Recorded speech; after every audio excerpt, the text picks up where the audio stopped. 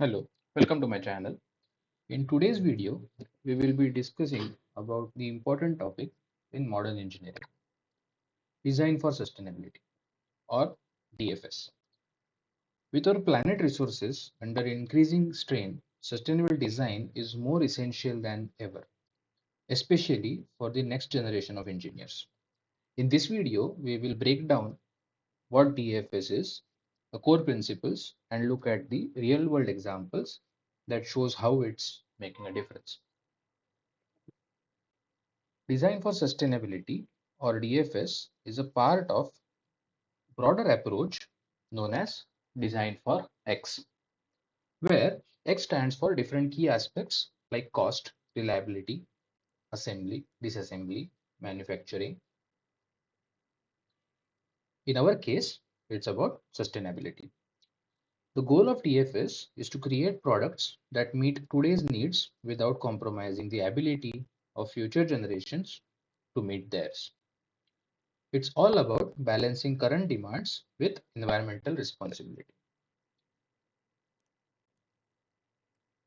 What is sustainable and what is unsustainability?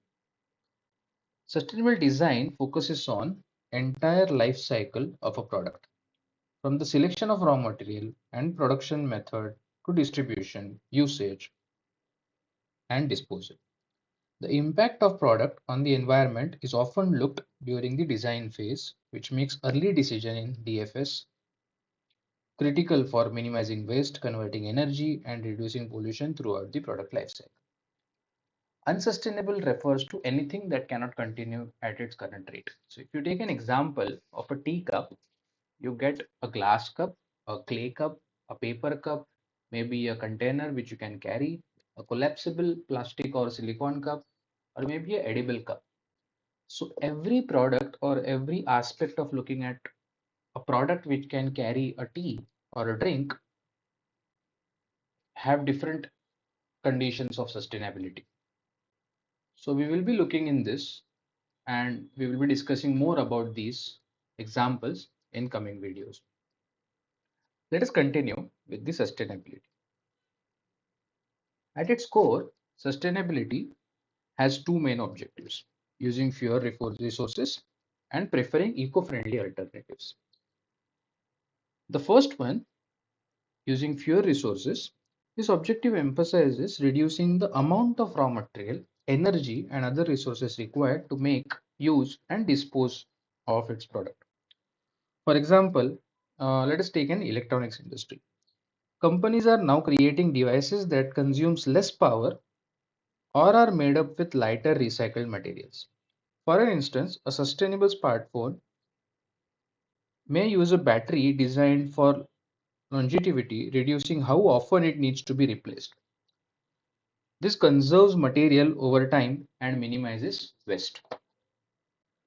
The second objective is preferring eco-friendly alternatives. The second objective focuses on selecting materials and processes that can be less harmful to an environment.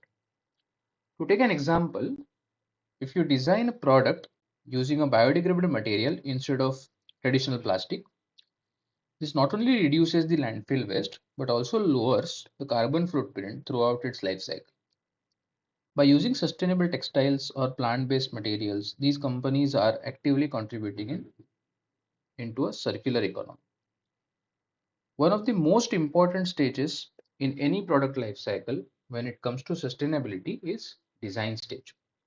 Decision made here determine the product's overall environmental impact, right from the material chosen to the way the product is manufactured and how it will dispose of. Now let's take an example of a modular design.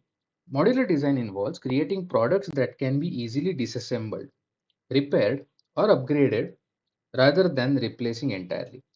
This approach is common in furniture and electronics, where users can swap out parts instead of discarding the entire product.